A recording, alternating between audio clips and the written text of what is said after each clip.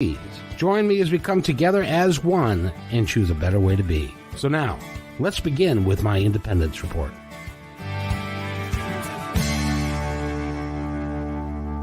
And welcome, everybody, to my Independence Report. It's Thursday, and what that means is that MTS Management Group and I've got together, and we are booking some of the finest acts from around the world in a musical venue, and we're calling it Musical Thursdays here on my Independence Report. And Michael Stover, who is kind of the head bottle washer over there, has sent me a bunch of folks who have some really cool work that they're doing, and one of which is Tom Tikka. Is Tikka right? Did I say that right? Tikka's, yeah, you say it right, man. Yeah, that's the way it's pronounced. Tom Tikka, and he is. It's let's see, it's 1 o'clock in the afternoon here in Seattle, and he's in Finland, I believe, and Yeah, it's not true. 1 o'clock. It's late at night 11 there. p.m. Right. Yeah. You know, and we have the midsummer festivities here, so I haven't touched the bottle yet. I had to do this. Right. I'm sorry if I kept you from enjoying it. No. But that's cool. And so when you talk about Midsummer Festival and festivities, what are you talking about? What do they do there? Well, I mean, it's Northern Europe. It's like a carnival type of thing. People, well, you know, in lack of a better phrase, people get loaded, dance all night, and get loaded some more, listen to music. We were just, my wife and I we went for a stroll, and it was an apartment complex, and one of the balconies had a boombox. They had the resident had a boombox that was just blasting. You know, we were just wondering if there's old folks living next door, you know, well, how they must be feeling. Apparently, he didn't care. No, he wanted his rock and roll. Right? Is it light all year round this time of year, or does it get dark? Well, it's light basically. The sun doesn't really go down at all this time of year. I mean, it's not actually light, but it's not really dark either. So it's like you get dusk at best. Like twilight. Yeah. That's cool. Well, let's talk about you and your music. You have a brand new song, which we're going to premiere here. It's only been out like a week, and we're going to premiere here in a couple of minutes. And that is called "The Hearts of Fire." And it's off an album that you are. First of all, I know that you've been playing since you were 6 years old, and you have a tremendous passion for music. How did you learn? Did learning all the instruments that you play on this album just come naturally to you, or did you have to work at it? And well, I kind of picked them up along the way. You know, I started with the guitar when I was 6 and started singing, started writing songs, and that's what I did for a very long time. That was my role in all the groups that I was in. Guitarist, songwriter, singer. But then, you know, when you have bands and you want the drums certain way, you need to show the drummer what to play. Or, you know, if you're big-headed like me, you walk behind the drum set. It's like, you know, your playing is getting away a bit here, you know, just to play a little bit less or play a little bit more here, which is a bit of a control freak. You know, it's didn't mean anything bad by it, but just always had a very strong vision what the drums should be, what the bass should be. And so little by little showing, you know, what I wanted. When I started doing that, I wasn't really a great bass player or a drummer. I'm still not a great bass player or a drummer, but I always sort of say that I can play kick-ass drum tracks and bass track, and that's different. If there are any drummers listening right now, they know the difference. If you put me on stage and you know, gave me a drum set and you'd say that play, I'd be able to do that appropriately. A couple of songs and I'd be just out of breath, and if they'd be too fast, it'd be embarrassing, you know. But in the studio you can do a lot of things. You can slow down the tape a little bit, you know, if it's too fast for your skills, and so that's what I do. I know what they're supposed to be sounding like. So my goal in the studio is sort of edit until, because I know what a great drum track sounds like, but you know, for me to be able to produce that, it requires a slightly more effort than if I was actually a drummer. So when I say I play all the instruments on the album, I want to be fair. to all the people who are actually superb at what they're doing behind the drum set or playing bass. I have countless retakes, but I like to think that I have good taste. So once I get a track that sounds like what I have in my head, it might be a composite of 30 bass tracks, but in the end, you only hear one, right? Well, don't you have to be, in order to be a really good singer or songwriter, don't you have to be a bit of a control freak because in your I head what you're suppose. looking for? Yeah, I suppose. Yeah, it comes with the territory a bit. And obviously when you start recording and your records end up people start playing them on the radio, and it gets a little bit more serious, as I remember with my group Carmen Gray when the group got signed with Sony Music, because you're always looking for that single to get on mainstream radio. And so once you enter that phase of your career where you actually start practicing writing songs that are both quality songs but have the hooks that you need, that's when you become a bit of a control freak, because you learn to appreciate the melody and you learn to appreciate the vocals, especially because those be mixed where they are basically the loudest or the thing that's most audible has to be, because that's the melody, and you become a bit of a control freak as to what the other instruments are doing. So if the drummer plays too much, then you ask him to play a little bit less, and so that's the control freak. That's where the songwriters need for control, I think, lots of times comes from this idea that I want the audience to hear the melody here. I want them to be able to hear the lyrics, and what's happening right now is getting in the way of that. And so I doubt that anybody ever really means anything nasty when they get into it's a dangerous territory to enter. But when you enter that territory, you don't really enter it where you say, I'm going to teach you how to play. It's more like I want control over my song. But this leads to problems, as you can imagine. Well, everybody's got you can't be in your line of work without having an ego, and so everybody has got a bit of an ego about how they play. I'm sure. Yeah, obviously. I mean, if you don't have if you don't have a bit of an ego, you're not really going to amount to anything, are you? Because people always ask, they ask me questions about when I was in my late teens or early 20s, that if I thought, I was very good. Now I know, when I listen back to the albums of from that era, and that they're not as good as I want them to be. I was a very young dude, lots of room for improvement. But at the time, you have to think that you're the best in the world. Otherwise, you're not going to get up on stage and go in front of 1,000 people, because if you think that I've got a lot of room for improvement, I'm not really doing this right, who's going to walk? Nobody's going to perform feeling that.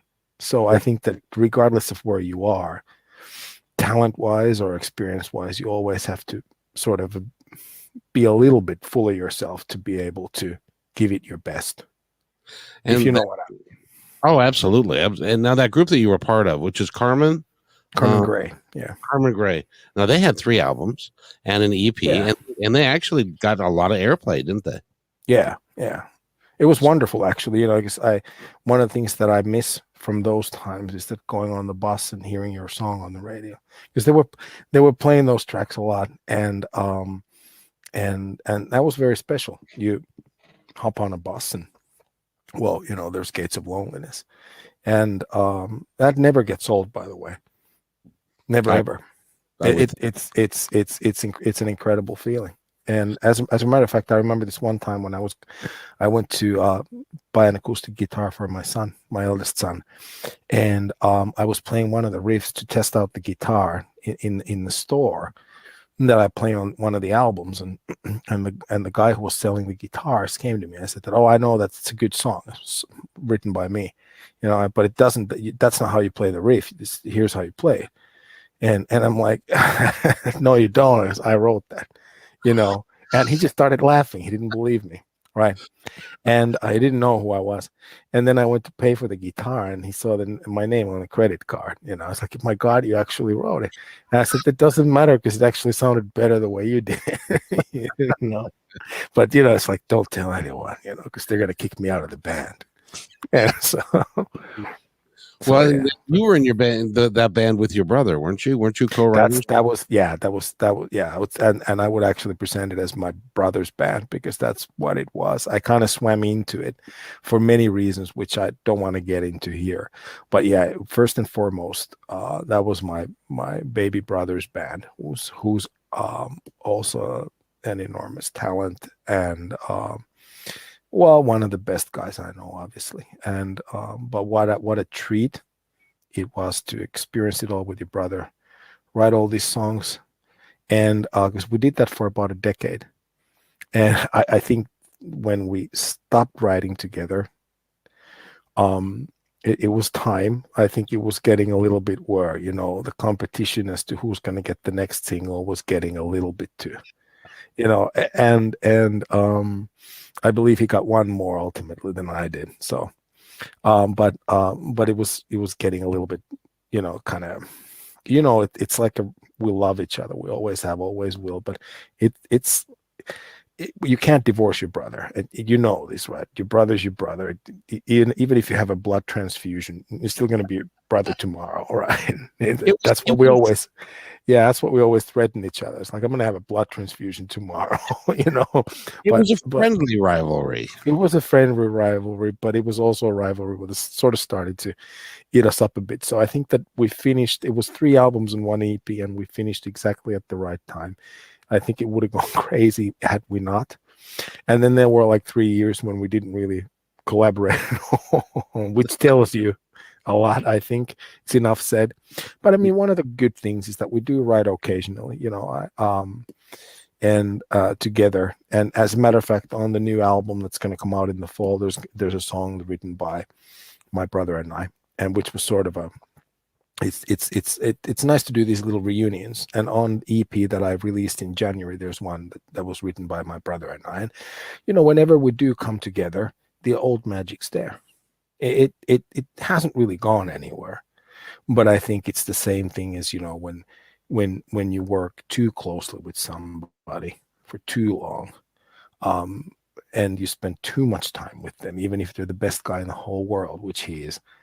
You get on each other's nerves, and obviously when you're young and when you're stupid, and there was a moment when we both were, we drank a bit too much, and so I think being a little bit toasted continuously, and looking at each other, where like it was just you get a little bit crazy like that, paranoia sets in, and and so I think that right now we get on like house on fire, and like we always had.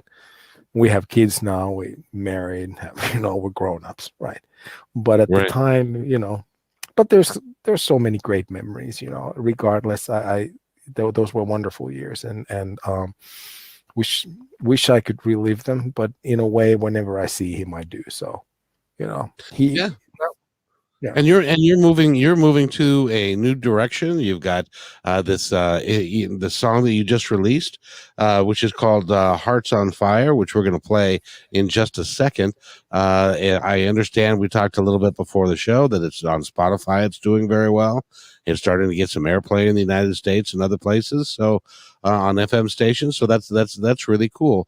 Can you tell us a little bit about the song and what'd you write it about?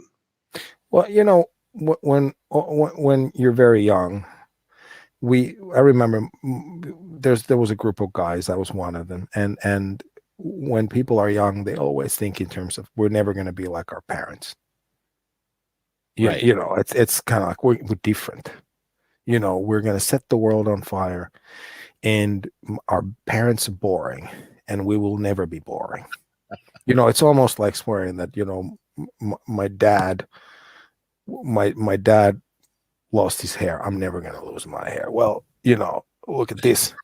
And so the thing is, the song's about that. I met with an old friend and we were having lunch actually, and this was last fall before Halloween. Yeah, and we were just remembering all the people that we went to high school with, and he was in touch with some of the gang.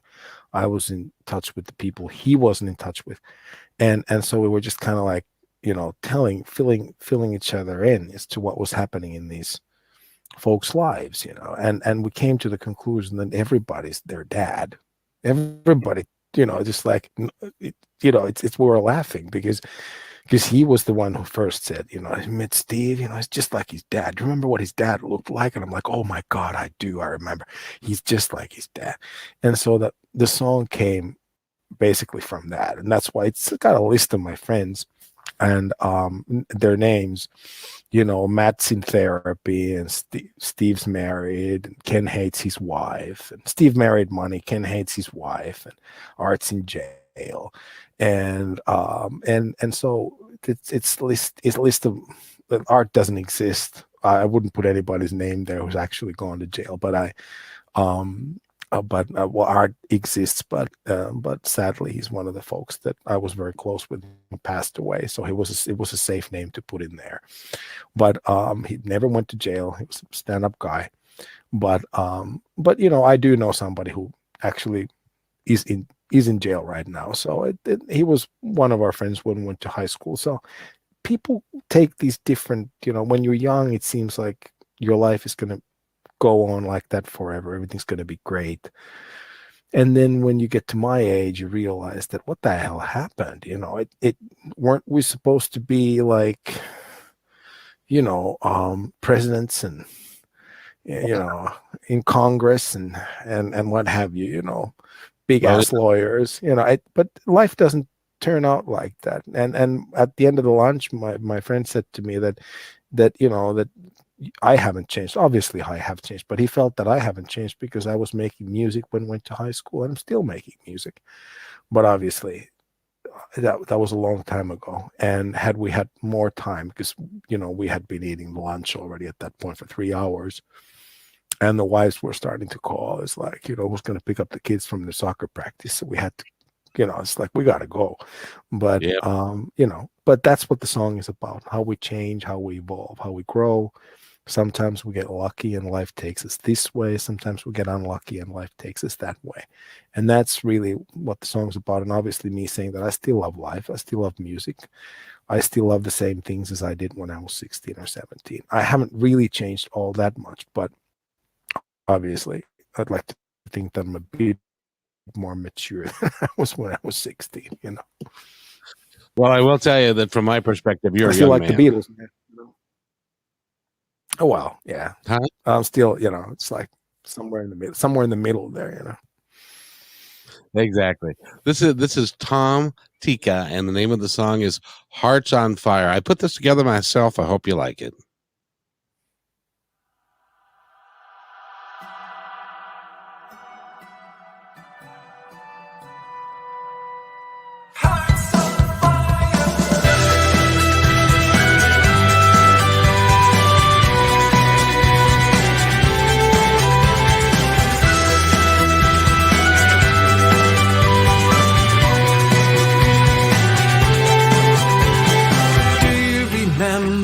We all sat down and we swore we won't get old. Stephen married money and lost his hair.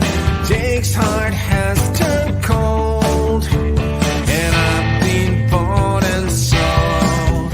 Yeah, my heart's on fire, and my blood boils hot. I am all desire. I will never stop. I'll shout it from rooftops.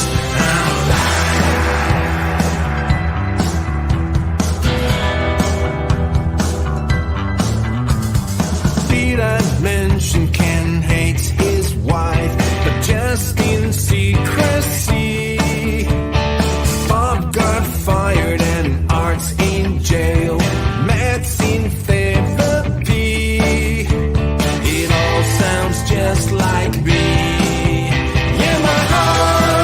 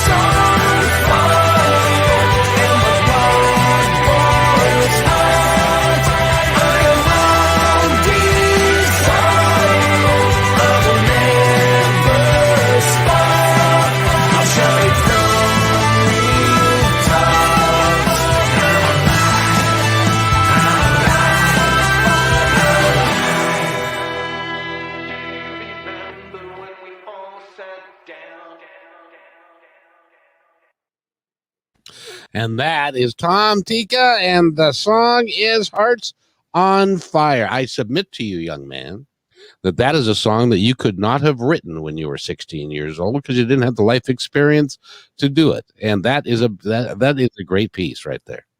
Thanks, man. Yeah, thanks. I appreciate that. It was I love the pictures. I hadn't seen them for a while, and yeah, I enjoyed that a lot. Yeah. Well, good. I'm glad because Michael Stover, he puts together some real good press releases for you guys, and so it gives me an opportunity to learn more about you and stuff like that. So it worked out really quite nicely, and so I appreciate that. Thank you. Yeah, it was also nice to see the single cover. I hadn't forgotten, but I it has my boys in it. It's those are my 3 kids in the cover. Yeah, oh, cool. And yeah.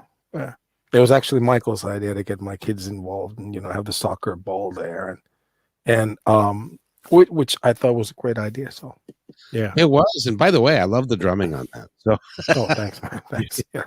I know you did all that good. Yeah, you did all my all, man. Yeah, you did all the instruments yourself, and it came out really. How did now? I tried drumming. I tried learning how to do that, and I can't get my hands and my feet to move independently. How did you learn to do that? Yeah, that's the thing with I started that when I was so young that I remember that it was a long process to get to the point where you can actually play something and it's good enough that that you can record it. But my sons actually asked me about that, and they also asked me like what was it like to learn the guitar. But I was so young, like 6. It's I remember picking up the guitar, and I remember it is 107. My uncle showing me the chords, and I think that the person who taught me how to drum a little bit was the guy next door who played in my first band. He was a drummer, in-house called Mika Erola, and I think that he was the guy who sort of showed me the. Did you watch ABCs? Wow, it's like with the kids, but it was all such a long time ago that it's weird because I remember the process when I was getting a little bit, a bit better, and then I realized that I gotta practice even more. And I remember that arduous process, but I can't, as to how it all came together, especially with the guitar. I have no idea. It's almost like I always played, which I didn't. I mean, nobody's born with a guitar, and it's but learning. Yeah, close. Yeah. Learning the drums is basically trial and error in the studio, realizing that, and I still fix the tracks. I have to. There are parts that I play real well, and then there are parts where I have to sequence it a little bit to, get it where I want it to be. So, once again, but yeah, I know enough that I can, work with that. And I love the tune, and I love the lyrics. It's a great song. I think it's going to do very, very well. I think it's going to do very well. It is one of my better ones, I think, and I'm very pleased with the way it turned out, and gotta ask you because songwriting to me it's a mystery. I think it must just come like come into your head and then there it is. But for you, how does it work? Well, it's weird. I write one song every day, and I record them. I record acoustic demos of them, and then I go back to those demos maybe 3 months later. So right now I'm listening to songs actually that I wrote in January, and I'm a bit behind. Michael's working with me. Sorry, Michael, you're not. Just kidding. But I'm a bit behind. But I think you need that objectivity, that distance from the track that you can actually decide if it's any good. Because lots of times, if you start working on a song too quickly, you figure out a year later that it wasn't really one of my best ones, but here it is now. And so I've given up working on a song too quickly after I've written it. So what I do is the process. Can you still hear me? Yeah, I'm back. happened last year. Yes, you were cutting it out just a little bit. Yeah, so I'm not going to worry about it because I have a workaround. So, but there's no somebody doesn't around it. like me talking about songwriting, man. But anyway, yeah. So I go back to the acoustic demos. That's where my fan is. Oh yeah. And it's like the air coming in here is 100 degrees. Right. I can still hear you. It doesn't make any sense to open your window. Okay, good. So I'll just keep. Yeah. So what I'll do these days is I'll just go back to them a little bit later. Then I get the objectivity, and I can decide which one is actually good and which one isn't. You know. Now let's get another question quickly. It's like I got to follow up on that because you're telling me you write over 300 songs a year. He says you need to think about air conditioning. Yeah, I do actually. Yeah, it's true. That's amazing. I that's my dad, you see. Well, not all of them are good though. That's what my dad did. He always said that don't wait for inspiration. Merchant Marine, right? So don't wait for inspiration. Just write a song a day. And he always said that whoever starts waiting for I have no earthly idea how much that costs. What is it? And he always felt that I should approach songwriting like it's a job. And in a way he's right. And so that's what I always did. I just kind of started doing that every day. I pick up the guitar and whatever it is that I'm feeling, I just kind of put it into write a melody, based on that, and then record that. It's not a very lengthy process, and my head's always been filled with melodies anyway, and so it takes about 30 minutes to get something going. And sometimes I know at the end of the 30 minutes that I'll never record this song, but here it is. Here's my contribution for the 24th of June 2021, right?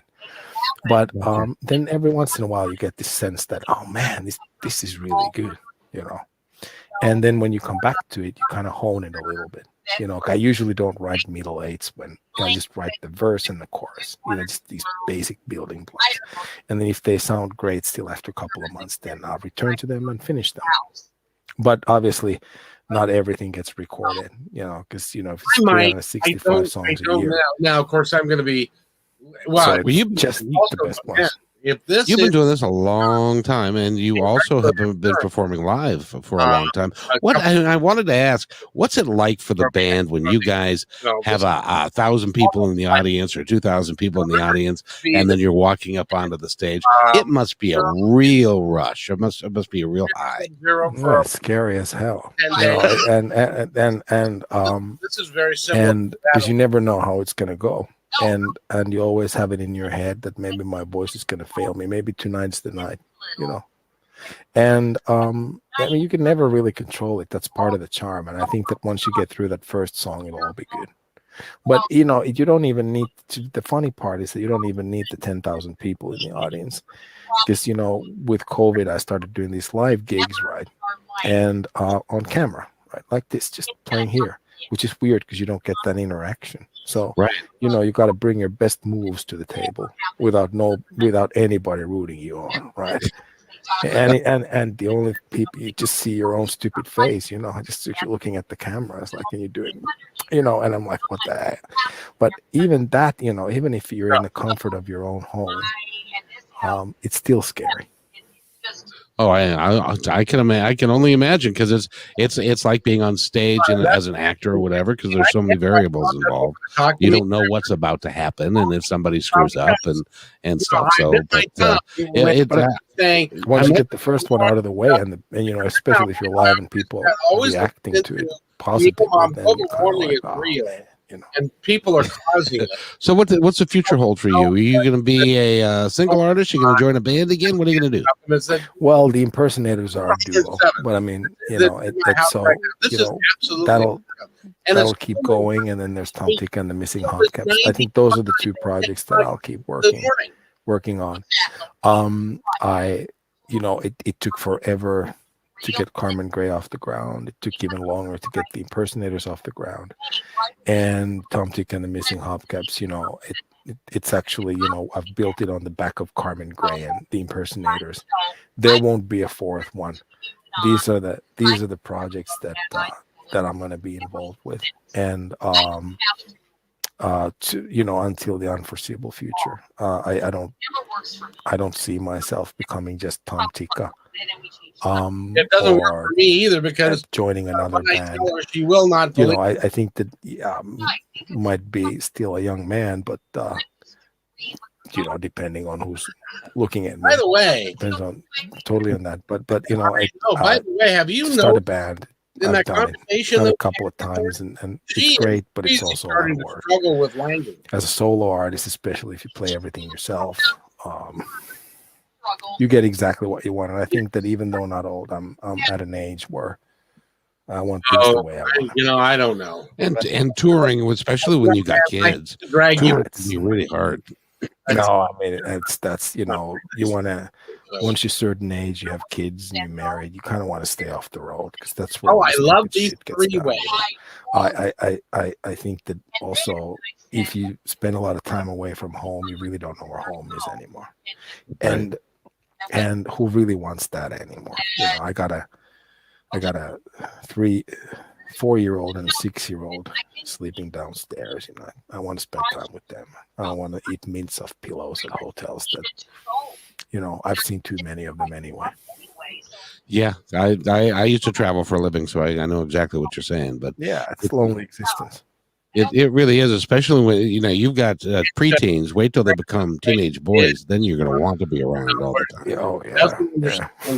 Maybe the opposite happens. You want to get back on the road. So, that's also true. Nah, just kidding. I don't particularly care. Anyway, we've got another song that we're going to play, but I'm gonna do this. Why don't we can go ahead and wrap it up, and because it's 11:30 your time, and you've got people that are up that are probably wanting to go to bed, and they can't while you're doing this and stuff. So I first of all I want to give you the opportunity to talk to our audience and tell them anything that you'd like them to know from your life experience, from who you are, anything that you'd like them to know. And I mean, in terms of who I am, I'm just a guy who likes music, enjoys music, and be very fortunate to be able to record and make it, release it. But if there's anything that I truly want to say is that Parish life. He was curious about it. I've made a lot of mistakes in my life. Very many bad choices. So I've learned the hard way. And what I've learned is that don't spend time on relationships that don't work. Their relationship don't spend time working at it, working a job you hate.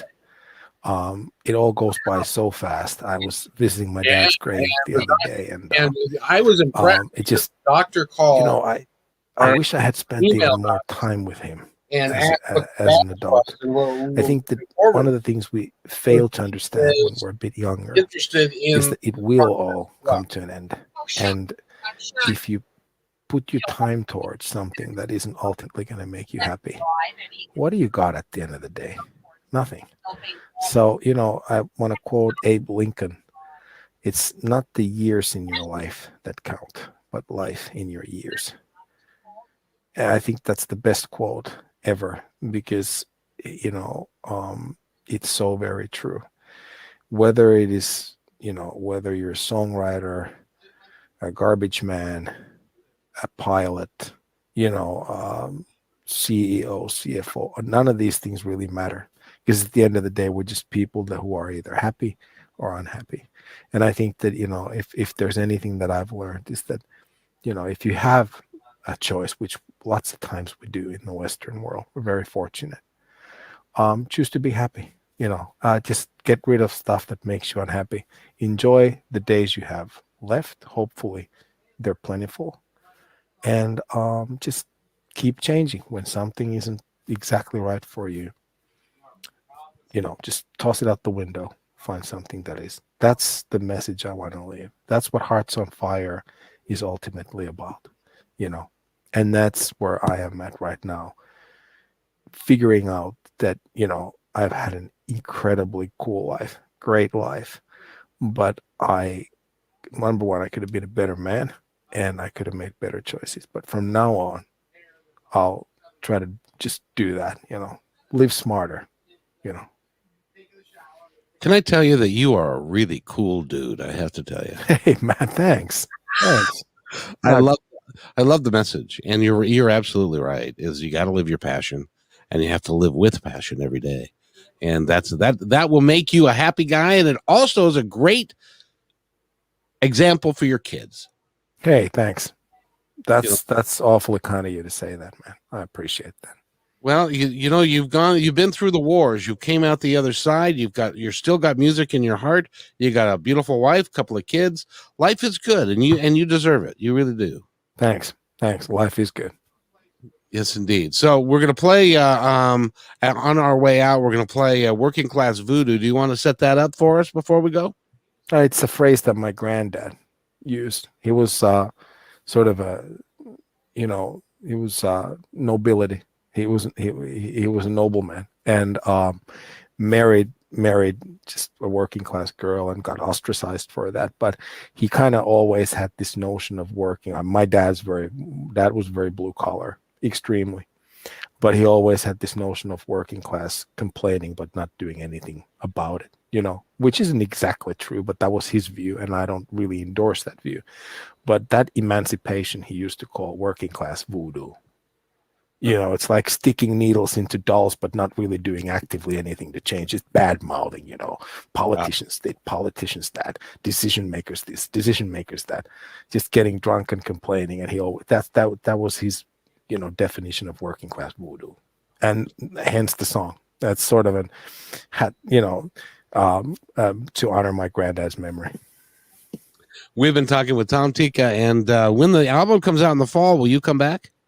I definitely will. If you have me back, I'll be back on the show. I've enjoyed this tremendously. Oh, absolutely. You are a talented guy who has refined his talent, and not only that, you appreciate it, and you've also looked at great ways to help other people through your lyrics and through what you're talking about to uplift their lives. And that is there are people in the world, Tom, that you don't know who you're going to impact. And some of them are going to be positively impacted, and sometimes your music is going to change someone's life. I can't think of a better vocation.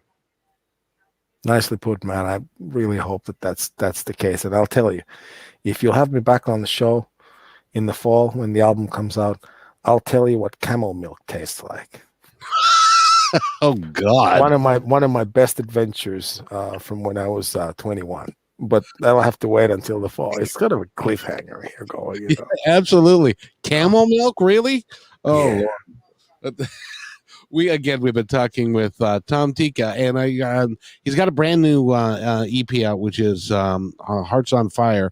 Go to Spotify. Please buy the music. Don't steal it. Don't upload it against the law. He worked hard for this, and he deserves to be paid for it. So make sure that you do it properly and that you buy it from a reputable source, and tell your friends about it, and so they could buy it as well. If they wanted to pick up any of your work, any of your albums, can they where can they get Amazon? Is it all there? It's on in Amazon, all streaming platforms, all everywhere. And if you want to know about my comings and goings, what's new, what's happening, you can go to www.tomtikka.com. It's all there. Very good, and that's TIKKA.com. Correct. Yes. So that's awesome. Go say hello to your wife and your lovely family, and say thank you on my behalf for you staying up so late and doing this. I will do, man. Yeah, this was great, though. Thanks for having me on the show. Oh, you betcha. So with that, we are going to play Working Class Voodoo, and then we're going to close it out. And so I release you, sir, to the debauchery of the night. All right. Cheers, man. Take care. I'll leave the studio now. Thank you so much. Thanks. Bye. Good evening. Tomorrow's weather will be much the same as it was today. Rainy and cloudy.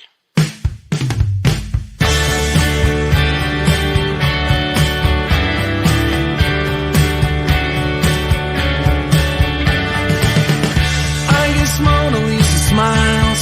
I've never been too rude. Wasted all my precious time on dreams just like you. My Phoenix from the flames died this afternoon. I might have lost my job, still got my greasy spoon. I might have left my roots, yet I'm no Danny Boone. Heroes come tunes. Just a little rain, nothing else will do. I know it sounds insane, I'm in love with being blue. Just a little rain, just a little pain, working class will do.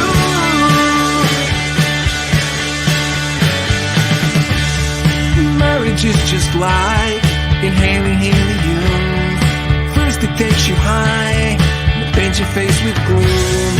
Your consolation prize, sticky hands and balloons.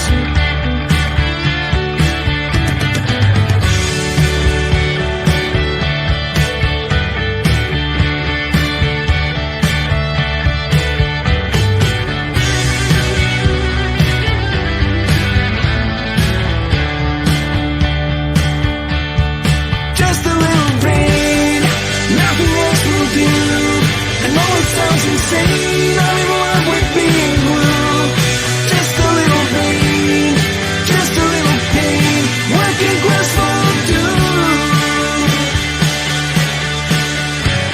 The world outside my window, outside my moves and grooves.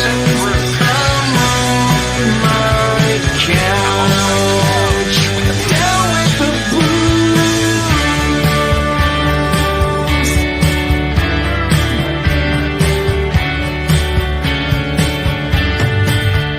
I guess Mona Lisa smiles, I've never been too rude. Just a little rain, nothing else will do.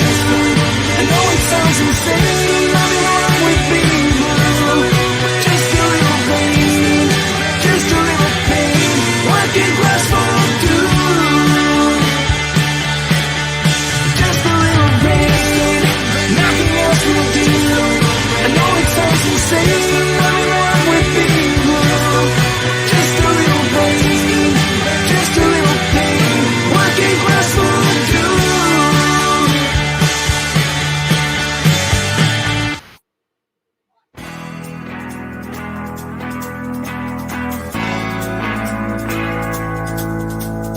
Hey, and thanks for listening to this episode all the way to the end. Hey, pretty cool. Hey, don't forget to follow us so you can receive regular updates and new posts. And remember, take care of each other because each other's all we've got. See you next time on My Independence Report.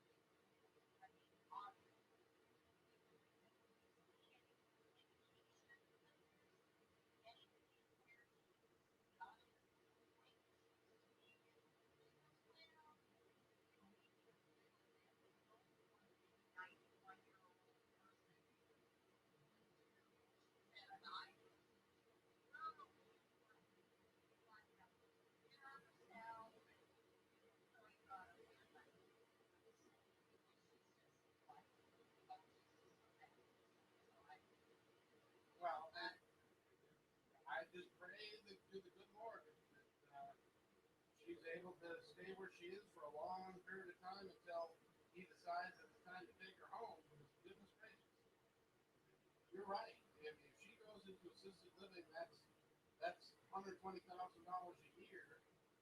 That she'll be out of cash in 2 years. She'll be out of home in 2 more years, and there won't be anything left.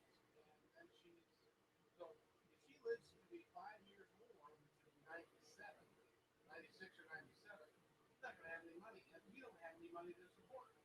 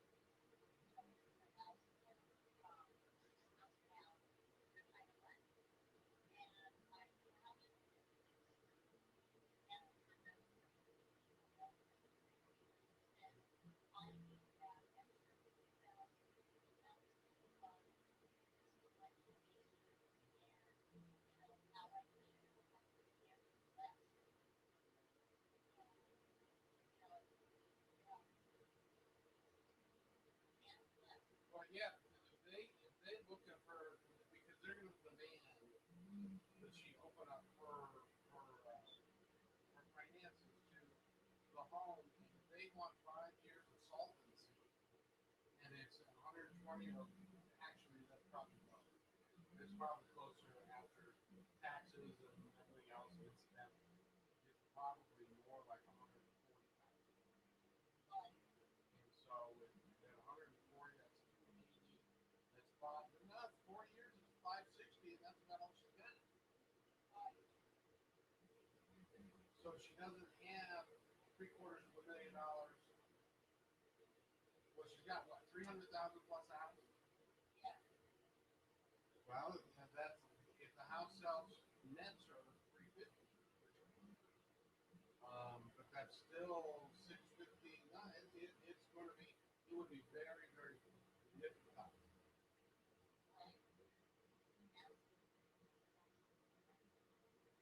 Because it's going to cost us. I was talking to Travis about Bruce and how his how Grandpa handled his estate sale.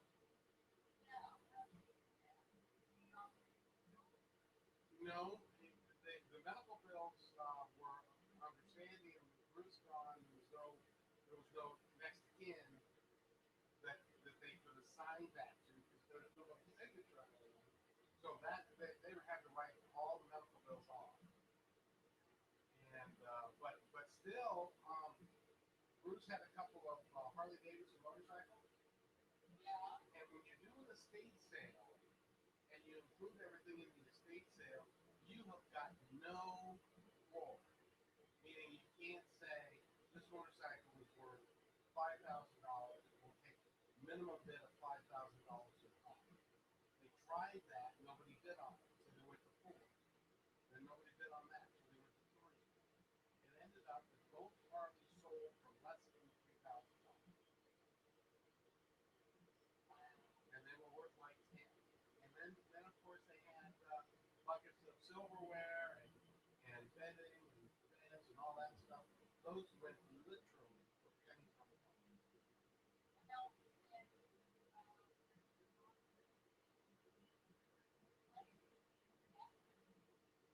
I don't know. No. We got a team. And no,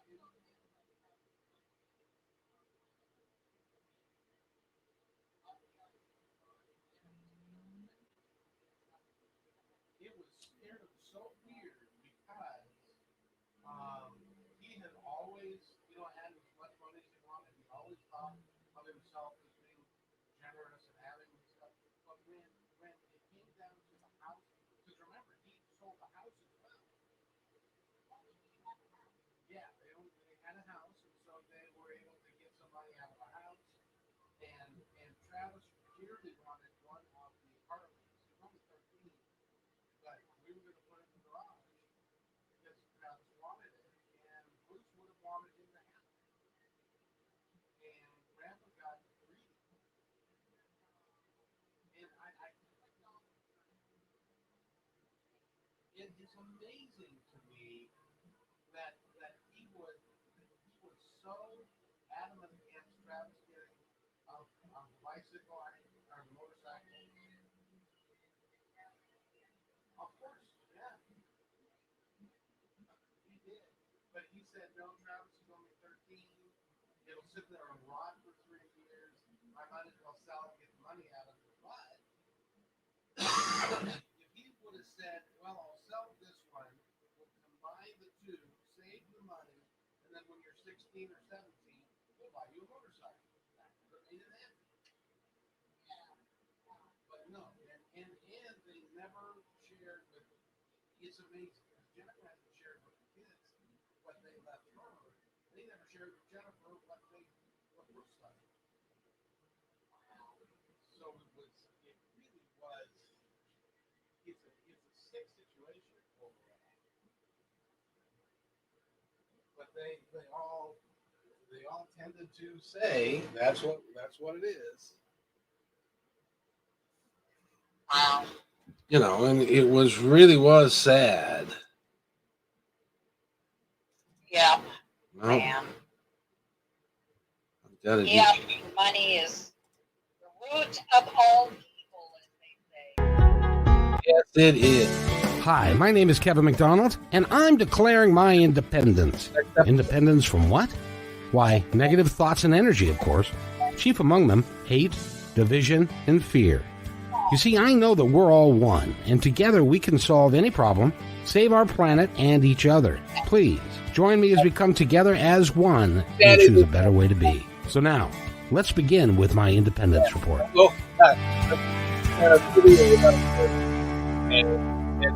And welcome everybody to the second hour of my Independence Report. We're doing 3 hours today and 4 hours tomorrow. I don't know why, but we just are. And after this interview, and we get done talking with Lindsay, we're going to have Miss Freddie or Freddie or something, and she's the lady of the blues. She's a singer, so a singer-songwriter. So that'll be fun. But I'm really looking forward to this hour because I got to tell you, Lindsay, I'm going to attempt your last name and we'll see how it goes. Okay. I love it. Toe and sing, right? Close. Tenzing. Oh, that wasn't even close. It's interesting because depending on who you ask within the family, they pronounce it differently too. So I'm just going with however my husband pronounces it. That's what I'm going with. So this is your married name, so you haven't had this one forever then? No. My maiden name is Olson. Very simple. See, that I would prefer. So it's Lindsay Olson. No, I'm kidding. Tonsing. Tenzing. Take the Tenzing. number 10 and sing. I'm gonna spell. Hi, my name is Kevin McDonald, and I'm declaring my independence. Independence from what? Why, negative thoughts and energy, of course. Chief among them, hate, division, and fear.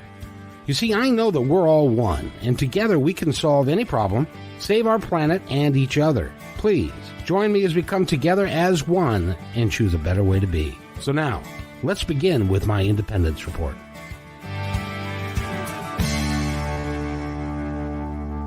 And welcome everybody to the second hour of my Independence Report. We're doing 3 hours today and 4 hours tomorrow. I don't know why, but we just are. and after this interview, and we get done talking with Lindsay, we're going to have Miss Freddie or something, and she's the lady of the blues. She's a singer, so a singer-songwriter. So that'll be fun. But I'm really looking forward to this hour because I got to tell you, Lindsay, I'm going to attempt your last name and we'll see how it goes. Okay. I love it. Toe and sing, right? Close. Tenzing. Oh, that wasn't even close. It's interesting because depending on who you ask within the family, they pronounce it differently too. So I'm just going with however my husband pronounces it. That's what I'm going with. So this is your married name, so you haven't had this one forever then? No. My maiden name is Olson. Very simple. See, that I would prefer. So it's Lindsay Olson. No, I'm kidding. Tonsing. Tenzing. Take the Tenzing. number 10 and sing. I'm gonna spell that phonetically. That would be better. Tenzing. Gotcha. Okay. Anyway, Lindsay's an author. She's written a book, and the name of the book is The Beautiful Unbecoming. And the reason why I'm glad that you're here is I have a lot of friends that are going through what would be called a spiritual awakening. Yeah. And they have no earthly idea what to do with it or how it affects them or what to do next. And some of them just get stuck in this thing about this spiritual change that's taking place within them, but they don't know how to handle it. It's kind of it's kind of weird that happens to them, but it does, and that's why your book is important, because you talk about all sorts of things in regards to how to get through that. So I guess we have to start at the beginning. Let's start with, what the hell is a spiritual awakening? Good question. And first and foremost, just normalizing that, right? Everything that people are going through, if they are going through the spiritual awakening, and they know that they're going through a spiritual awakening, and I'll just define it quickly. It's the process of waking up to your lifelong conditioning and programming that essentially made you who you are to this point. So it's the beginning of that deconstruction of who you've been programmed to be, to uncover, peel back the layers to get to who you truly are, and really how you're meant to operate in the world, not how you think you're meant to operate in the world.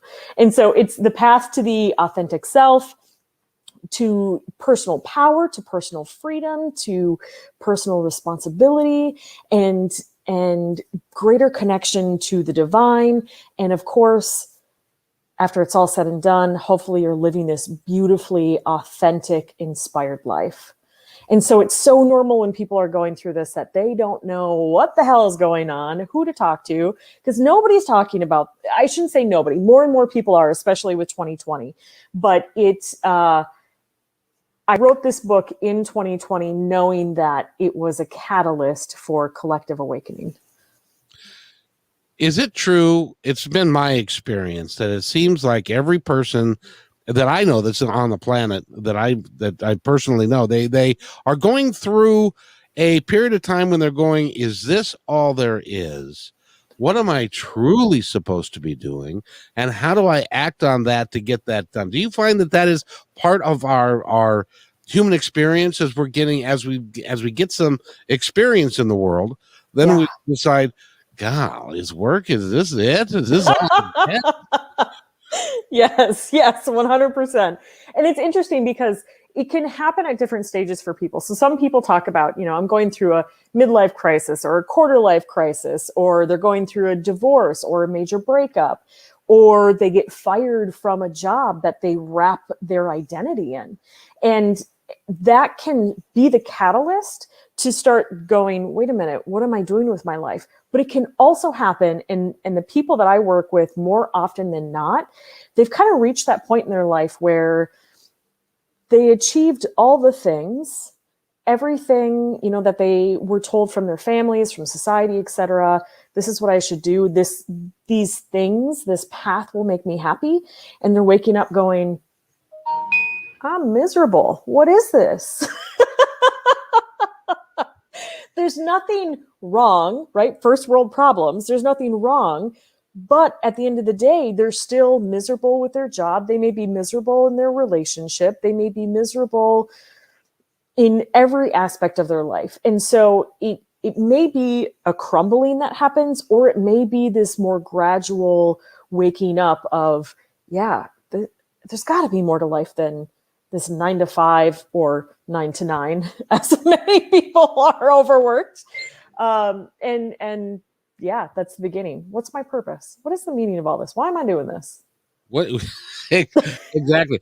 I had one of those when I was 42, and people around me said, "Oh, he's just having a midlife crisis." But it wasn't that. It was a matter of I wasn't happy with the religion that I'd grown up in. I wasn't happy with the position of the job that I was at, because I was going to spend the next 25 years doing the same thing over and over again, like Groundhog Day. And I didn't feel like I was being fulfilled in the way that I really wanted to be. And so I made some, according to some people, I made some rather stupid changes. but went into broadcasting and was on KKNW for a number of years, and other places, because I wanted to do what I'm doing now and what I've been doing for a while. But it was one of those things where, what do you do? How do you, when you're feeling that way and you have nowhere to turn? It's got to, because I was fortunate, because when I started feeling this way, my wife and I and another couple got together, and they were around the same age. They were feeling the same things. Wow. And so we were able to feed off of each other. Yeah. Which made it work. But if you're out there alone and your husband is on the couch or living that you're not feeling fulfilled by, and your kids think you're stupider than a mud brick, and because you know what I mean. It's totally, you know what I mean.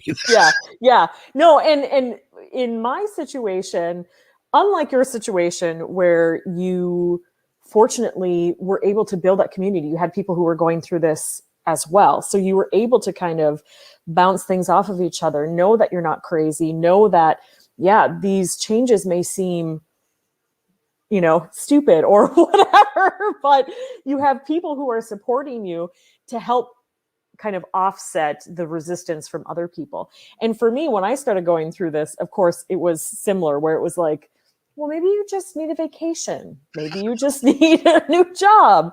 Maybe you just need, all these other things, external things. What external thing can we point you to so you don't actually change? Because we like you the way you are. Exactly.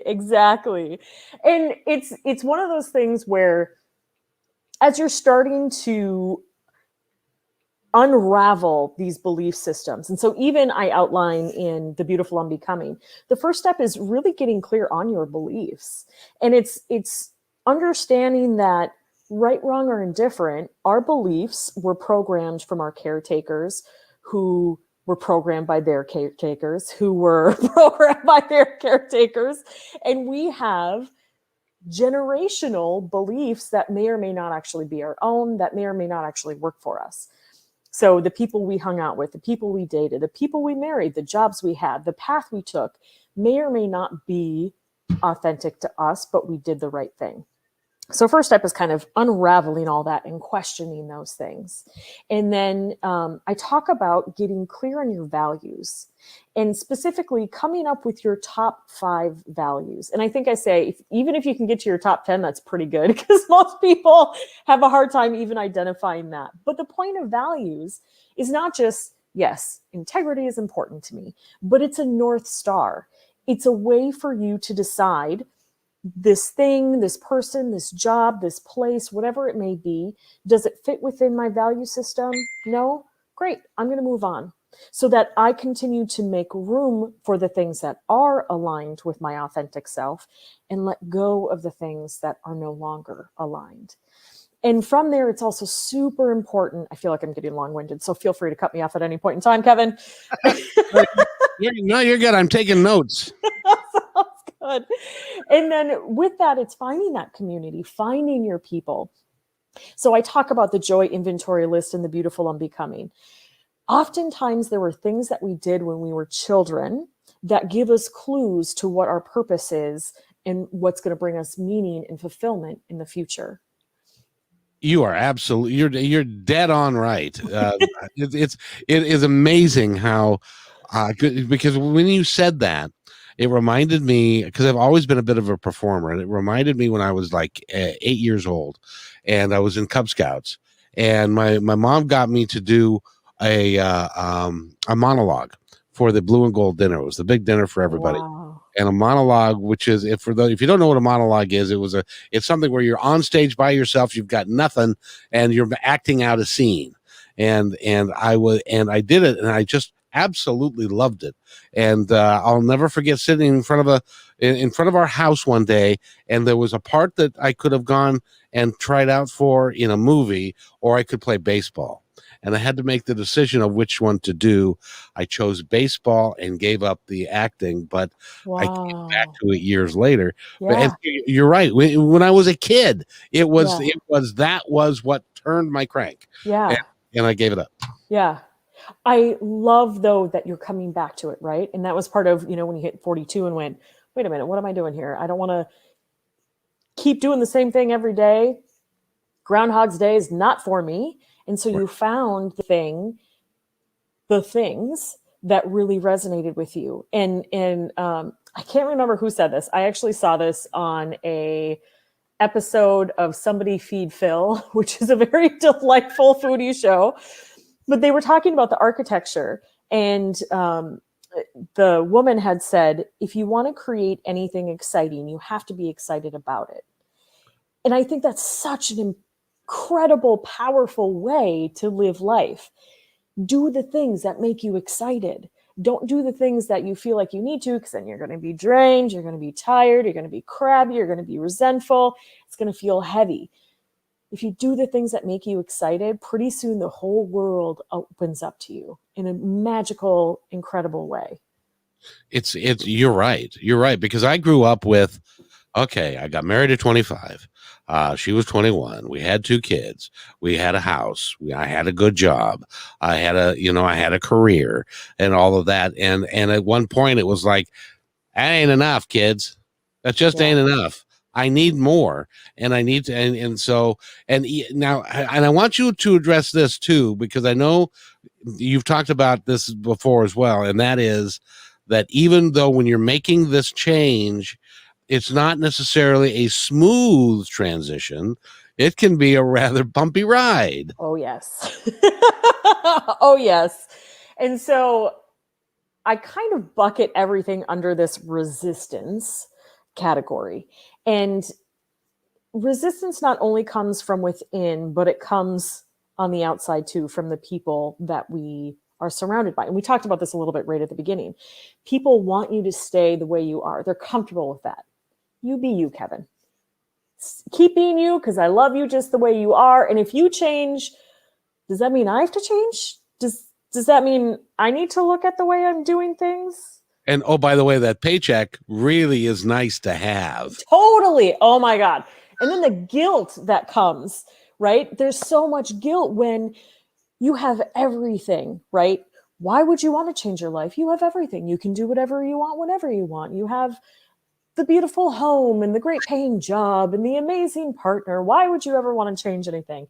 As you are like having panic attacks, anxiety fits on your way to work, on your way home, before you go to bed, in the middle of the night. Like, there are signs and symptoms within our bodies, which are brilliant beings, our bodies, that tell us something's out of alignment. And those things will keep getting louder and louder and louder on the journey. So I'll share a little bit about my story. When I realized that I was going through a spiritual awakening, even very first, I remember writing in my journal, because this is me typing, if you didn't know. I was writing in my journal. I was like, this is not a spiritual awakening. 2 months later, I was like, this is absolutely a spiritual awakening. Well, while we're here, because I'm going to be flashing up comments across the screen of people that are listening. And this is Chandra. And I would like you to address her issue, which is, hello, I'm newly awakened here, and it's been a struggle. So yes. Yeah. So first, Chandra, thank you for being here. Thank you for listening. Thank you for your comment. And know that it's super normal. The struggle is super, super normal. And as we are taking off the old beliefs, the old behaviors, we have this really beautiful part of our brain. I call it the ego, not the like, I'm amazing, but like the ego part of our brain that was developed to save us from the saber-toothed tiger. It was created to keep us alive. And to do that, it's pretty simplistic. The things you did yesterday, it kept you alive. So do those same things today. So that creates this internal struggle when you're like, I don't want to do the same thing anymore. I want to do this thing. And your ego's going, no, unknown, saber-toothed tiger. But today, the saber-toothed tiger is traffic. It's your boss. It's your partner. It's the kids. It's all the other things. And so breaking out of this, not to say, go away, ego, but really to embrace it and say, I see you, I hear you, I understand you're scared, but this life isn't working for us anymore. So let's make some changes. And through that, there's times where, even with my story of, I started to make some changes and then I went, no. I can keep doing this for another 6 months to a year. I can keep doing the same thing. And then I would get hit with another medical thing. For me, my awakening, there was a lot of whispers. And when I wasn't listening to the whispers, they get louder. And for me, that came in the form of medical issues. And so suffered from migraines. I had breast cancer scare. I had emergency gallbladder surgery. And so every time I kept coming to the point of, nope, I'm not going to, I can do this old life for another 6 months. Another medical thing would come up to be like, nope, life is short. You need to keep moving. And so you have this internal struggle that happens. And then again, you have this external struggle from people around you, the friends and family who, if you start changing, they feel like they need to look at themselves. And that pisses people off. That triggers people. In a word, yeah, Yeah. It really does, because when you're going through that, I wanted to ask you, is in my experience, what happened for me was when I started to feel uncomfortable with what I was doing and I wanted change, the universe has this peculiar way of lining things up to do what to help you make it easier to do what you say you want to do, and Yes. what they feel on the other side and your higher self, that where you want to go. It's amazing how it kind of lines up if you pay attention. Unbelievable. Yes. And so one of the symptoms, if you will, of spiritual awakening is seeing these signs and synchronicities of the universe. And you are 100% right, Kevin. The universe all of a sudden conspires in your favor. What you may not realize is that the universe has always been conspiring in your favor, but now you're starting to pay attention.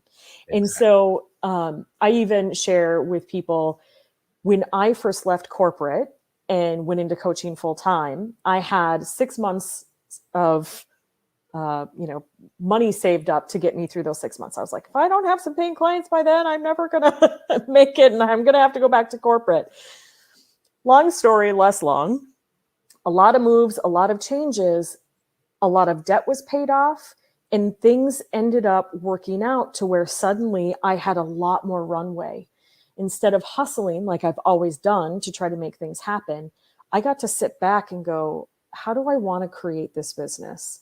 And that was such a powerful mind shift for myself to be like, wait a minute, the universe is 100% supporting my back right now, because this is in alignment for me. I share another one. I had a client who thought it was about the job. He left, went to another job, realized it wasn't about that job, went back to the other job. When he got back to the other job, he got a promotion in a different structure of the organization and got a promotion financially, in status, and is like loving life now. And it was realizing again, when it's what is out of alignment and what's in alignment. And when you go back into alignment, the universe then will help push you forward, propel you forward. It's truly remarkable how that works. When I had my well, the first thing is, and I want to ask your opinion on this because it worked for me, is that I had this friend this couple that I had, we were friends with, and he said, this is what I want you to do. He was a little bit more spiritually advanced than I was. He said, this is what I want you to do. I want you to go into a metaphysical bookshop, and I want you to pick and buy the first book that speaks to you. I love this already.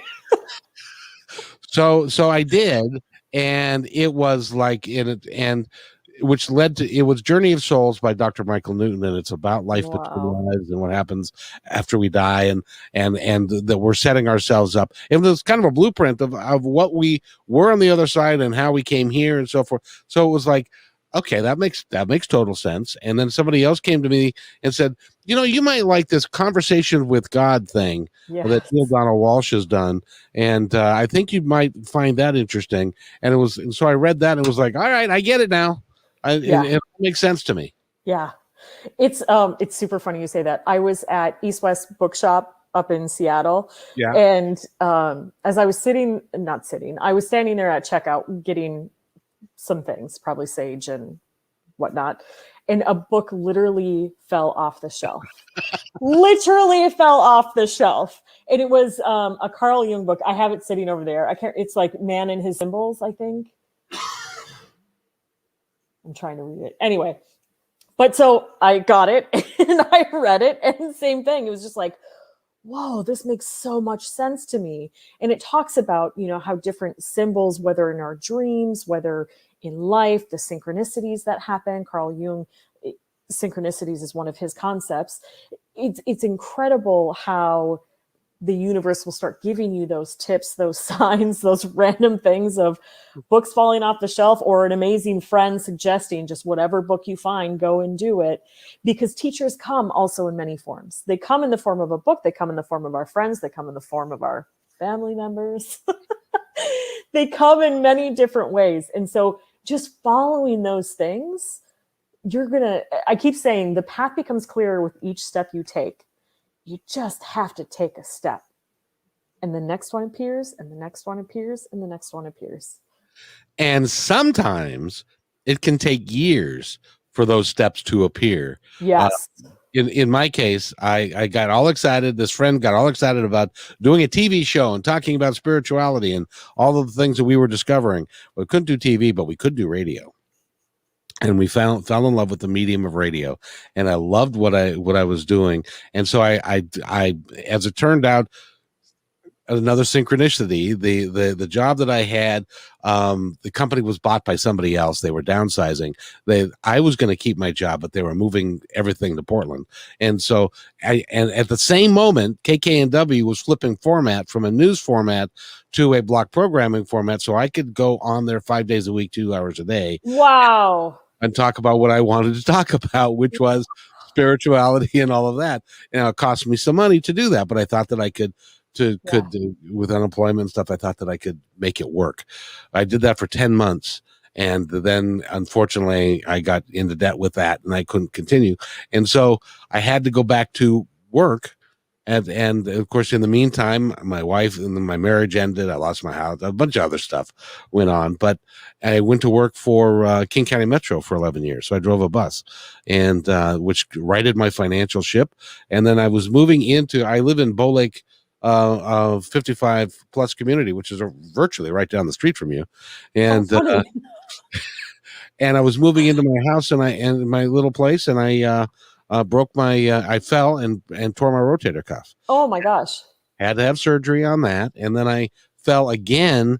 I tripped over my son's 8-week-old puppy and tore my tricep on the other side and had to have surgery on that. So at one point I was like, okay, how do I, there's certain things you can't do when you're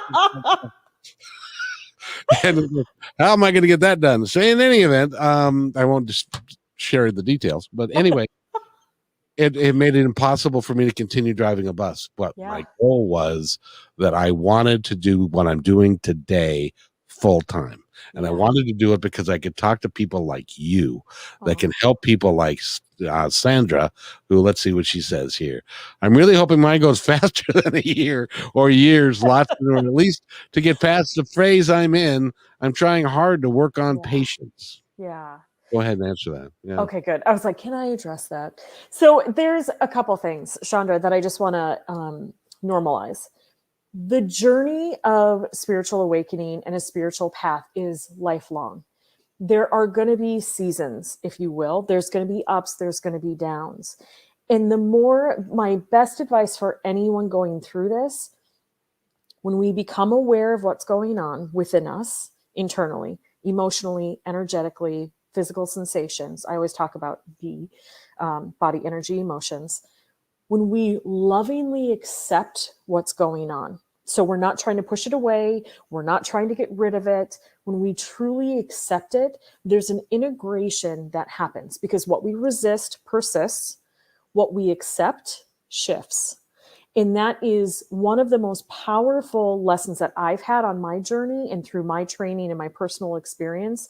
Things that I thought I had addressed, I'll just say parental issues. I was addressing parental issues a bajillion different times, a bajillion different ways. And this healing is a spiral. And so it's not like it's a one and done thing. We continue to learn from those experiences, look at those experiences, and heal from those experiences from a different perspective each and every time. And so just remember what we resist. So what we're trying to push away, what we're trying to get rid of, it's going to persist. It's going to stay with you. But what you lovingly accept will shift. Goosebumps. Thank you. Feels like I've always been searching for discussions like this. It's so helpful. And that makes Chandra, that makes my heart very warm because that's why That's why I do this. Is I don't you you are Lindsay, you are very good at what you do, and you articulate it so well. Thank And you. you've got such a positive energy about you that you can help people who because if you don't have, and you're right, if you don't have the support system, it's really hard when you're out there all by yourself. So hard. Yeah. And even with that, when you start, to Chandra's point, she's been looking for a show like this or conversations like this. I know it's been hard because we've all been kind of on lockdown and seclusion, but even as we start reaching out, find the communities, whether it's through Meetup, whether it's through workshops, whether it's through, book clubs. Like-minded people are the best place. The clubs of like-minded people are the best place to start building your community. And through my shamanic studies, through my sound healing education, through the Seattle Sound Temple, through Foundation of Shamanic Studies is where I've done most of my shamanic studying. I've met people locally and globally that have become my soul family. I have friends in Australia. I have friends in Canada. And when things are coming up for us, because they always will, having those people, there's no better support than having someone who gets you, who allows you to just be, who's not trying to fix you, who's not trying to Pollyanna you. It's just allowing you to be, allowing you to express, and allowing you to feel whatever it is you're feeling, and support you in the way that you want to be supported. That's huge. That's everything. That really is. That's wonderful advice right there. And also, by the way, if you don't have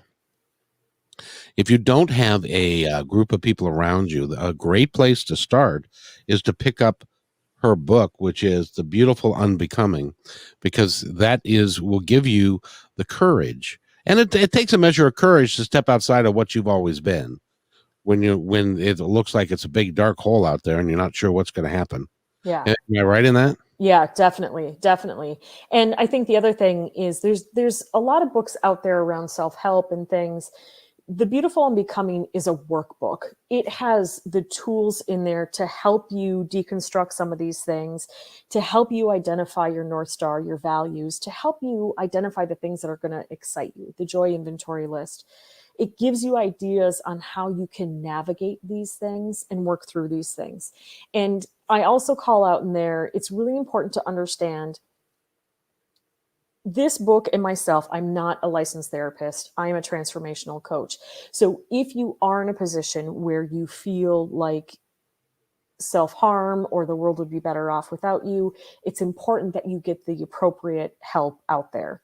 It's so important to know that getting help from a therapist, a counselor, a psychiatrist, that is so brave to do. I work with therapists myself.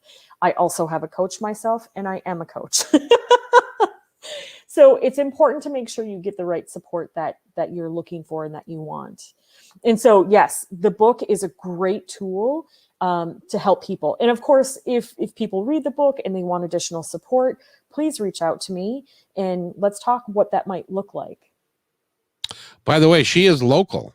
So she is right here in the Seattle area, and I know you are too, Miss Waddleworth.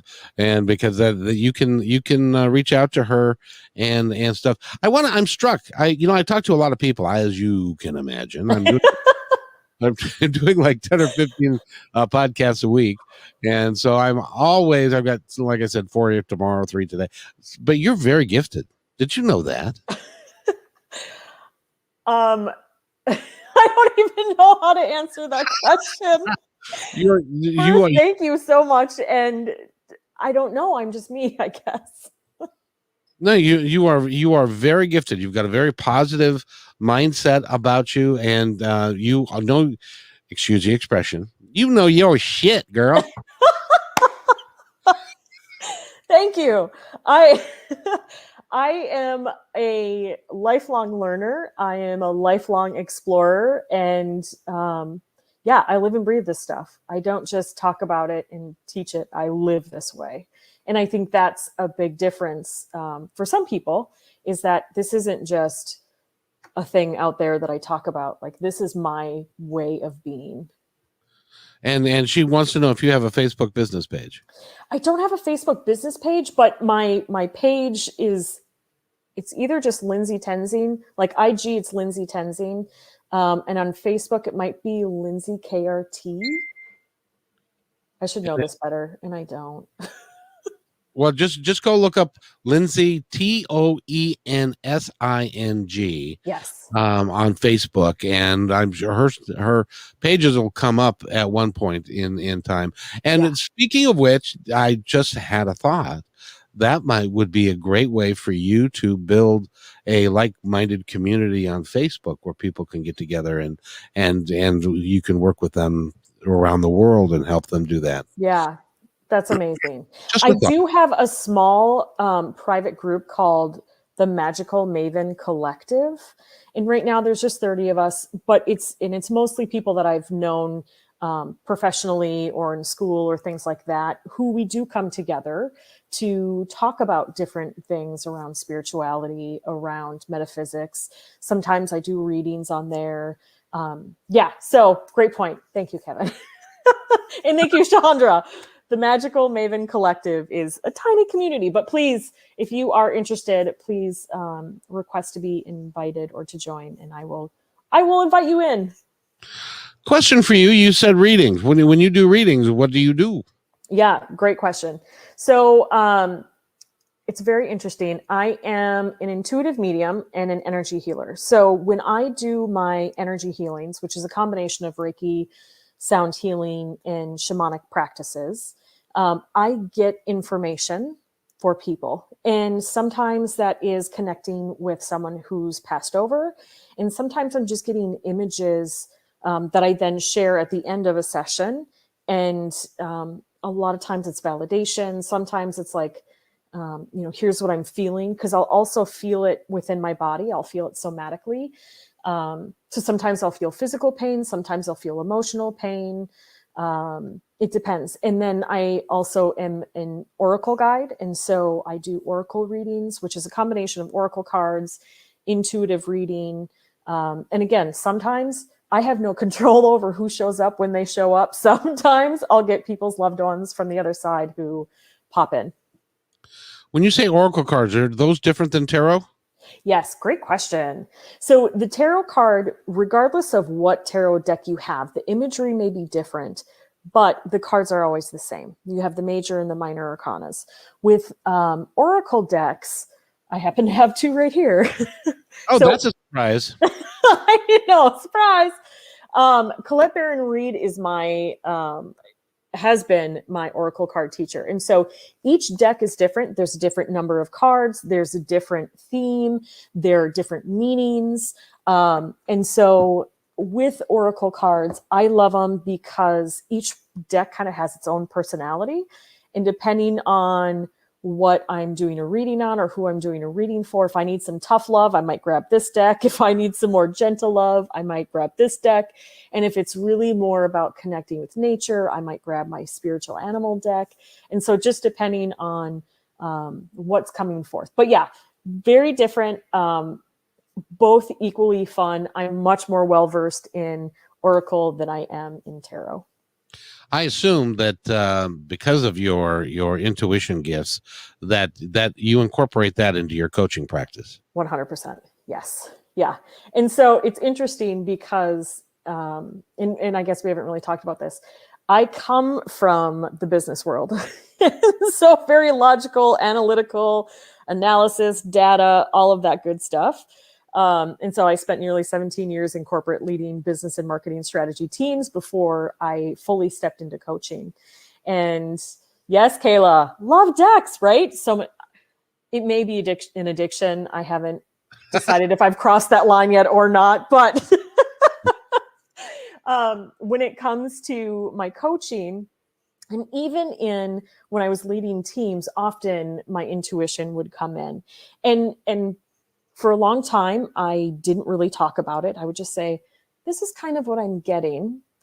Does that make any sense to you? And I wouldn't make it super woo. And even now, I think that's why a lot of people resonate with me, because I have kind of that grounded, practical side of me with the woo. And so it feels, I think, maybe a little bit more accessible for some people who aren't as comfortable with all things magical.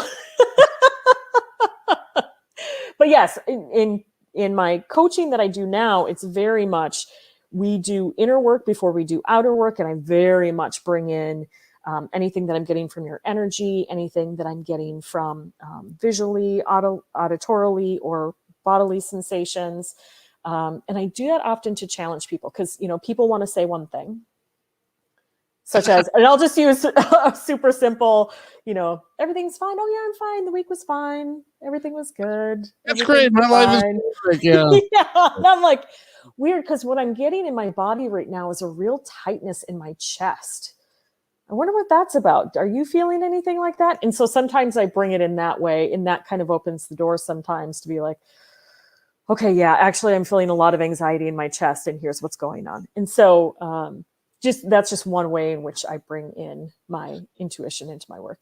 I would like you to talk with my friend Kayla, who is here, and to give you a little backstory on her. It was about a year ago when she went to a place in Mount Vernon, and the gentleman said, "You're pretty psychic. You've got some gifts going on, and that you don't really know about." And she has spent the last year kind of working to explore her gifts a little bit, and she's getting more and more in tune with it. But it's almost like watching a toddler start to walk. And it feels that way too when you're first using your intuition and your intuitive gifts. Oh my gosh. A little bit, and comes back, and she's just recently learned to trust, to that you have to go with it and to trust the emotional connection. Yes. But she still calls it crazy. So and it does. It feels crazy sometimes. I always joke. So last November, I was getting together with a group of women that I worked with a long time ago. We were going to South Carolina, and I'm sitting there at the table. I think I was actually pulling cards at the time, and I hear in my mind's ear, if you will, a male voice that says, "Don't go." Like, what? What was that? Like, don't go. A, who was that? B, don't go where? To the grocery store? Don't go. Like, all these things. And so I then got the gut sensation that I shouldn't go on this trip. And I still went. I didn't listen to that guide who... Of course not. Am I going crazy?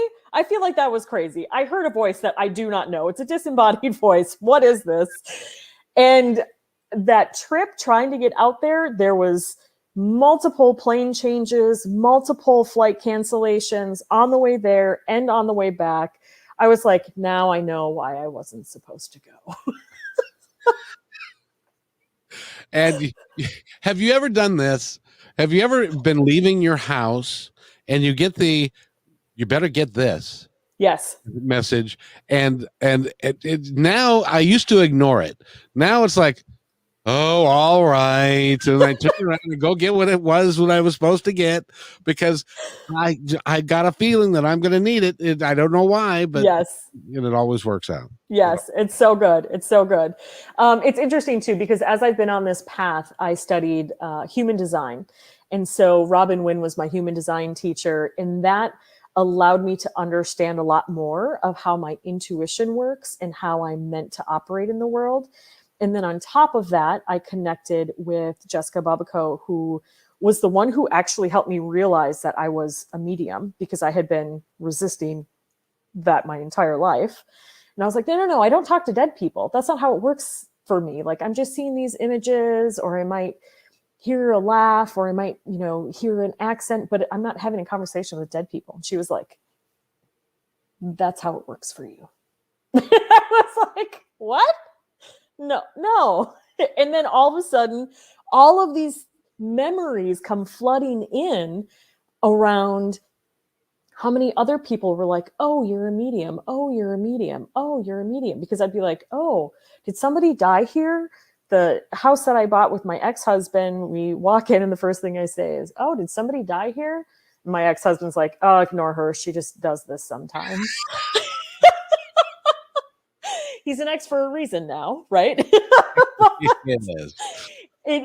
And then I found out later that the previous owner had died in the kitchen, and there was all of these synchronicities that came and happened with that. And so the neighbor was like, "Oh, you're a medium," and I was like, "No, I'm not." And so it's interesting how all of these things start to add up. You start to connect the dots to all of these things. And the other thing I want to add about intuition, that a lot of times people think intuition is, the super woo-woo, magical, unbelievable thing that only the select few have. Everybody is intuitive. Every person is intuitive. It's just a matter of if you are connected to your body, your emotions, and your energy so that you can be in the flow, so that you can get the messages. And that takes a lot of deprogramming to get to. I have a quick story that hopefully this will shed some light on this subject for a few of us, and that is this. The other night I was watching a pawnbroker show about you're bringing stuff in and they settle on how much it's worth, and it's, I forget the name of the show, and they showed pennies, the steel pennies from World War II, and then it was like worth $10,000. I looked mine up and they're worth $1.50. In any event. So I decided, because I knew I had some somewhere, and I wanted to check them out and to see. And so I started going through everything. I moved, and I still have stuff in boxes. I'm just so lame. But so I was looking for stuff, and I found this. What this is a CD that I did an interview with my dad 2.5 months before he passed away. Wow. I haven't seen it in a long time. I didn't know where it was, but I was able to load it in and review it because the theme this week for me has been my father did not lead the life that he chose to lead. He led the life that he was expected to lead. Yeah.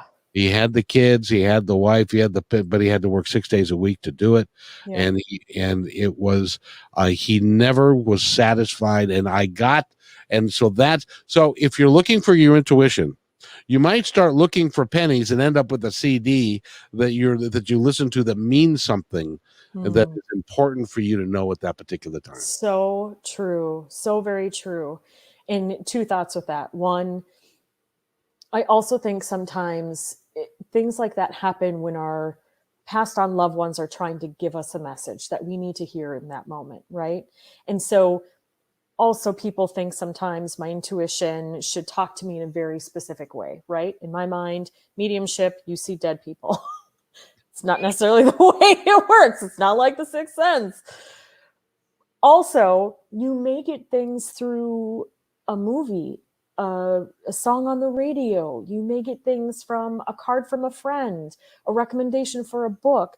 It can come through in many different ways.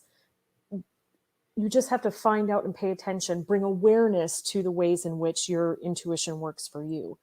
And then the other thought with that, talking about your dad and not living the life that he wanted to live, but doing the things that he thought he should do. My grandmother, my maternal grandmother, who I was very close with, who died suddenly, same thing. A couple months before she passed, I had talked to her, and it was her birthday. And she had just said, I feel like I wasted my life, so I just want you to be happy. And that, when she passed, and today just keeps playing over and over and over in my mind.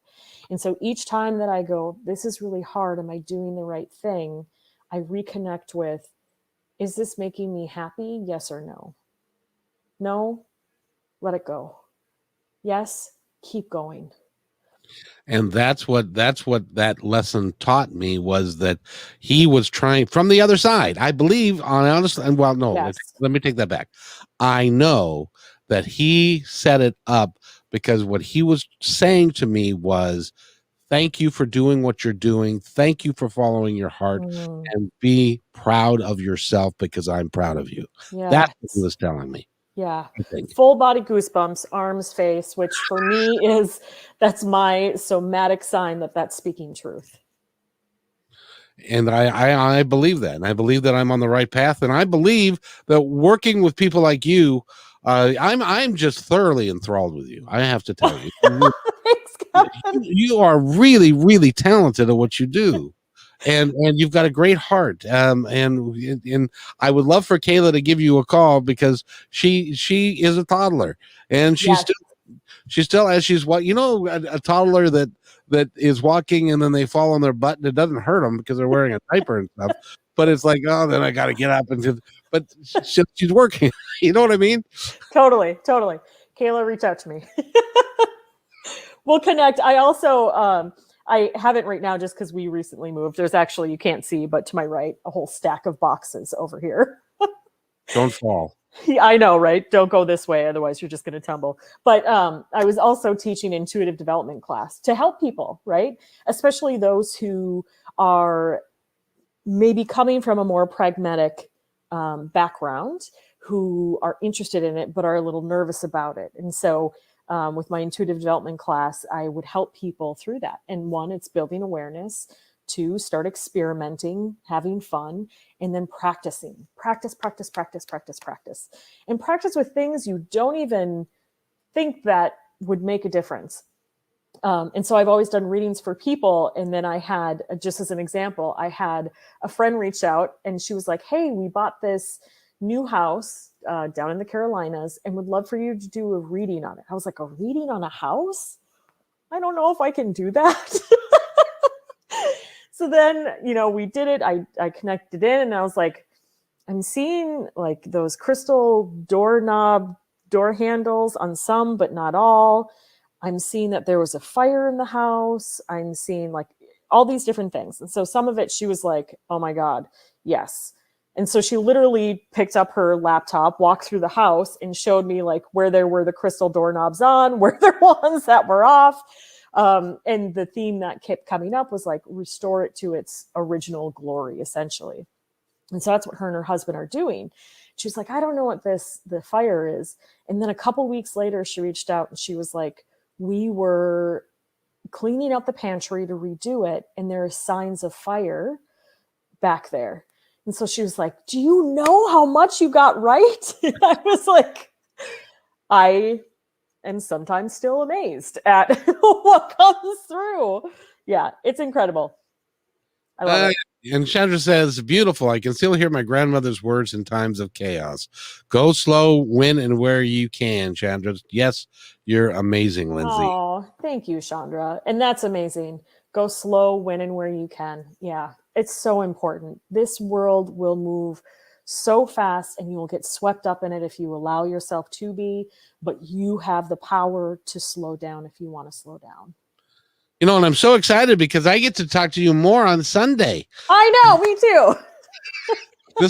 She's going to be on KKNW 11:50 a.m. at 11 o'clock in the morning with my Positive Talk show on Martha Norwalk's Animal World, which we're going to probably change to my Independence Report, but that she doesn't know that yet. And for branding purposes and all that. But it's amazing. Again, a gal who I dearly love, and she's going to be on in July, so it's not, and she's on my show every week. I booked her on to the 11 o'clock time slot, and she said, I think I can do that because she had a event that she was doing over the weekend, and she said I'll be done with it by 10 in the morning. I said, okay, great. Then she emails me today and says, it looks like it's going to be 2 o'clock in the afternoon. And of course, I knew I was having you on. And so I immediately called your publicist and we hooked up. And so that, again, was meant to be. Totally. 100%. 100%. I love it. It's so be looking, folks. Be looking for those songs. There's a song by, of all people, Metallica, which is it's called Nothing Else Matters. Yep. And I heard that like in 3 different radio stations within 24-hour period. It's like, wow. Yes. What are you trying to tell me? Yes. And I got Nothing Else Matters because what it is do what you're doing because nothing else matters. Yes. Oh, so good, Kevin. So good. I have all of the it's amazing how I get the music. I don't know how they do this though, because I know how radio works. You've got a program director, and he builds a program list, and it's all by time that the song. So it works out that the commercials are timed, and they have go to the top of the hour, and that's all timed. How in the hell do they know when I'm going to turn my car on at that moment, and the right song will play? Could you answer me that? I've always wondered. I don't know that I can answer that definitively. I know that things are always working in our favor, and they're going to get the messages through one way or another. And to your point, Kevin, if things are happening multiple times, really pay attention to that. Sometimes it is a one and done if you get it. Same with dreams. If you're having repetitive dreams, there's something in that dream that is meant for you to hear. And so, yeah, they do amazing things. Time is only a construct that we humans have invented and live by. It doesn't exist elsewhere. It doesn't exist on the other side. Time can't exist because there is no moon and there is no sun that we're revolving around, which is how we built time to begin with. Totally. It's pretty amazing. You know, doggone it, I have to go. But I'm looking forward to seeing you on Sunday. And as always, I want to give you a moment to tell our audience anything that you feel they need to know at this moment. Oh, awesome. Thank you so much. First, Kevin, thank you so much for this. This has gone far beyond my expectations. So I really appreciate the opportunity to be here. I appreciate your engagement. I appreciate the engagement of those who are catching this live, and for anybody who catches on the replay. Know that anything that you need, you have internally. It's just about getting quiet enough to hear your own inner wisdom. Thank you guys so much. If you guys want to connect with me, lindsaytenzing.com, Lindsay Tenzing on IG, and maybe Lindsay KRT on Facebook. And get the book, The Beautiful Unbecoming. Can I put that on my website so that people can? Yes, please. As soon as they're working on my website, it'll be done soon, and then I'll have it there, and it'll be awesome on Amazon, right? Yes, I'm on Amazon. They'll be able to click right through and go to Amazon and pick up your book. Yes, awesome. I've got to go talk to the Lady of Soul next, and but I really appreciate you having here. So if you'll stay right there for just a second, I got to do this, and then I'll be right back.